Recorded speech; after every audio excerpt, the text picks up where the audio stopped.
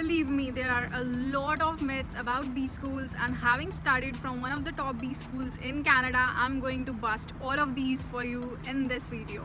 And make sure that you stick till the very end, because in the end, I'm going to tell you how to get admission into one of the top B schools despite having a low GPA. Yes, you heard it, and that is totally possible. Welcome to Bunny Abroad. If you are new to this channel, then I make content on studying and settling abroad which will give you an edge. So make sure that you hit that subscribe button right now. Also, if you harbor this dream of studying abroad and want to make it to the top-notch universities or the B schools, then good news for you. I've started my own consulting service, and the link you will find it in the description box down below. So in short, I'll help you with the entire application process, be it the resume, the SOP or the LOR, and even the interview. So if you're interested in that, don't forget to check out the link in the description box. Now let's start with the number one myth. A lot of people believe that once you get into the top B school, once you just enter the gates, you will have all the opportunities and you will get the job handed out to you.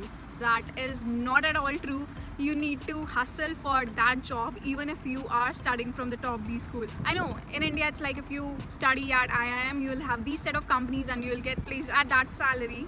But this is unlike abroad, where it depends on your past experience, where it depends on how much you network, how many jobs did you apply to. So there are a lot of factors, and even the students from the top B schools, be it Schulich, be it Rotman, even the MBA graduates, I'm not just talking about specialized masters at these B schools, but even the MBA graduates can take time to find a job, and that time can range anywhere from you get a job right after your graduation, or you might have to wait 3 to 6 months, and for some people even 1 year to get that perfect job. So it takes time, it takes hustle. It's not that all your worries are over once you land into the top B school, once you get that admit. That is not true. You need to continue with your efforts even after getting to the top B school, and not just in academics, not just to get good grades, but also to build a network around yourself and to also apply to jobs. So never become complacent and keep upgrading your skills and keep enhancing your knowledge and also people skills, because they are really important while you are networking and also while you are handling your interviews. So that was myth number one, busted right here. Before I move on to tip number two, the weather is so pleasant here. I'm recording this on November 10, and I know I recorded some videos in October and I was freezing. I told you guys that it's still October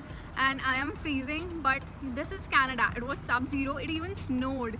But now it's 24 degrees Celsius today, and I'm making the most out of it, recording my videos outside. Now coming to tip number two. One of the major reasons that you are deciding to pursue MBA or Masters from a B school is to increment your salary. And many people believe that if they go to a B school, then their salary will take this huge jump and it will just skyrocket. But there's no truth to it. Your salary is dependent on various factors. The number of years of experience that you hold. And the other factor is that your salary is also dependent on the industry that you want to work into. Some industries might pay you well for the same years of experience that you have, whereas in the others that you will have to start from the scratch. So your salary will be based on your experience, your knowledge, your skill, and also the industry that you go into. And if you're pursuing something from your B school, if your first salary is not the one that you expected, don't think that you have lost the game. That's not it, because that is the investment that you made for your long term. And the case is not like this, that if that investment did not pay off in 1 year, then there can nothing be done in the consequent years. Maybe the next job or the promotion that you get might compensate for that, and then you can get a higher salary than even what you expected. So think of it as a long-term game and be persistent. And if you did get a job which is not up to the salary that you wanted, then either go for another job, don't accept it if you're that confident. And the second thing is, take it as a challenge to do all the right things and upskill yourself, and that will go a long way. Now let's get to the third myth. This myth is a really tricky one. I'll tell you why. Many people, apart from this thing that they want a higher salary, the other consideration that they have is that they will be able to switch. Either they are not happy in the current position they are in, or they just want to explore something new. But I'll tell you one thing for fact, I've talked to people who have graduated from MBA, and one thing is clear, that it's not that easy to switch even if you are pursuing MBA. Don't get me wrong here, it's easy to switch, but only if you are willing to start from the scratch or a few positions down your current experience. But that would mean that you would be paid less, and the other thing is that employers value previous experience. So if you already have experience in one industry, then it would be easier to get a job in that industry. Whereas if you're hoping to break into a new industry, then it would be a little difficult to go into that zone. And I'm saying this that right away.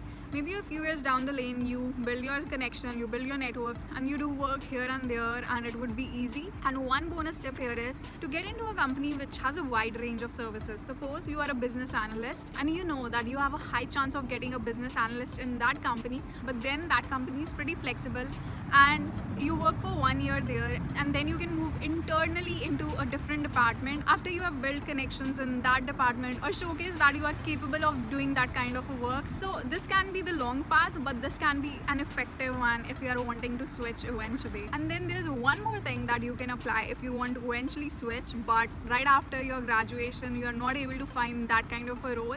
You can start in those positions that will eventually lead you to that position that you really want. And one way to do this is to match the skills that your dream position requires, and then see what other jobs provide around 50 or 60% of that kind of a job exposure and those kinds of roles and responsibilities. Once you know that, you can start applying to those jobs, and after 1 or 2 years you can switch. Coming to the number 4th myth. So if you're thinking that you need to pack a dozen of suits for your MBA or your specialized masters at a B school, no, you are wrong. You need to relax on that, cut down on your shopping on suits, and you can invest in 2 or 3 suits and that would be good enough. To be honest, even one would do. So when we used to go to classes, there was nothing formal. It was whatever you felt comfortable in. I wore business casuals, so that was only for presentations, and that was the presentation for a client or a formal presentation in which we were marked for our attire as well. So even one would suffice, but if you want to splurge, then 2 or 3 should be good. Don't go overboard on these things. And were you going to ask me about the suitcase with formal attire? No, we don't carry those. It's the bags or the purses. That's it. Number 4th myth is that if you study from a B school, you will get a managerial position. That's absolutely not true. Suppose that you are thinking that you are aiming for the managerial position, but you have 0 years of experience. How can someone expect you to lead a team when you don't even have the experience working in that role?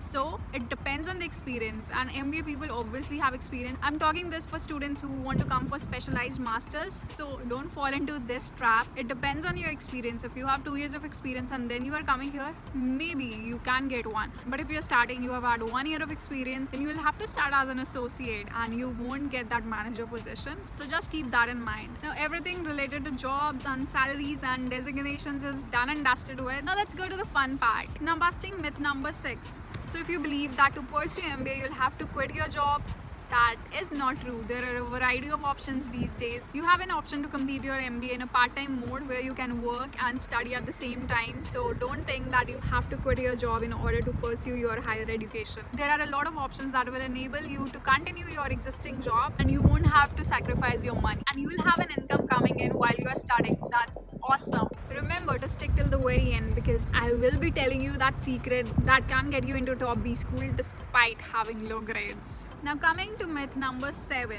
B school is the golden ticket to success. Isn't it? No, it is not.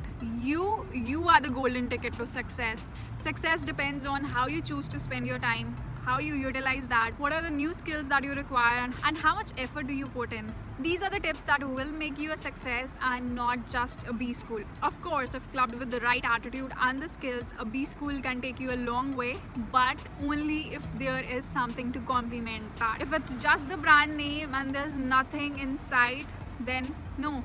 But what a B school can do is that it can provide you with the right resources, but then it's on you how you decide to utilize those resources. We are just left with 2 more myths to bust, and the myth number 8 is that only a 2-year traditional MBA is what you can get at a B school. That's completely untrue these days. There are a lot of specializations that universities are launching, be it masters in finance, masters in accounting, masters in supply chain, masters in entrepreneurship, and the list can go on and on. And I told you that it's not just that MBA is there at B school, but I also want to tell you that it's not just that only the MBA is valued in the industry these days.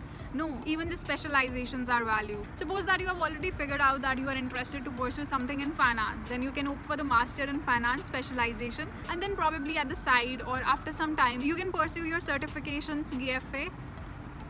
No need to do MBA, and still you are doing pretty good. Now it's the time to reveal that secret. So busting myth number 9, that you can't get into one of the top B schools if you don't have 80%, 90%. So let's reveal the secret. No suspense. Oh, it's windy, but it's nice kind of windy. No, I'm not diverting from the topic. I'm going to tell you right now.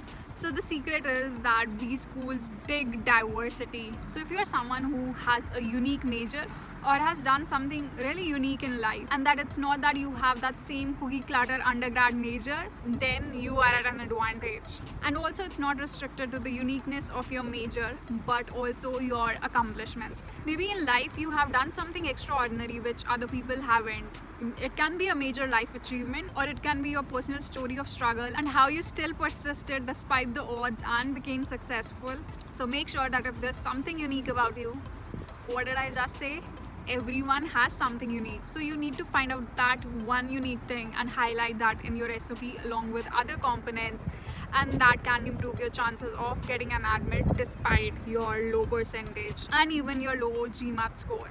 One other thing is that if you have a low percentage but if you have a really good GMAT score, then also you will significantly improve your chances of getting an admit. Also, if you are unsure about this process and how to highlight your key achievements, then you can avail my consulting service, and I will make sure that you craft your perfect application true to your strengths and your life experiences, and also compatible with what the B school requires. So again, the link is in the description box. Take this analogy: the students in the B school are similar to the food items that you see in the buffet. So that is the variety. So if most of the people are paneer butter masala, but you decide to be the white gravy paneer, yes, reflects my love for food, doesn't it? So the point that I'm making here is that if you have something unique to offer, you can significantly improve your chances of getting into a top B school. So these were the 9 myths busted, and if you feel that you have another myth that you would like to bust, then the comment section is right there for you. And if you like this video, don't forget to like it and also hit that subscribe button and press that bell icon. Until my next video, take care and stay happy. Bye.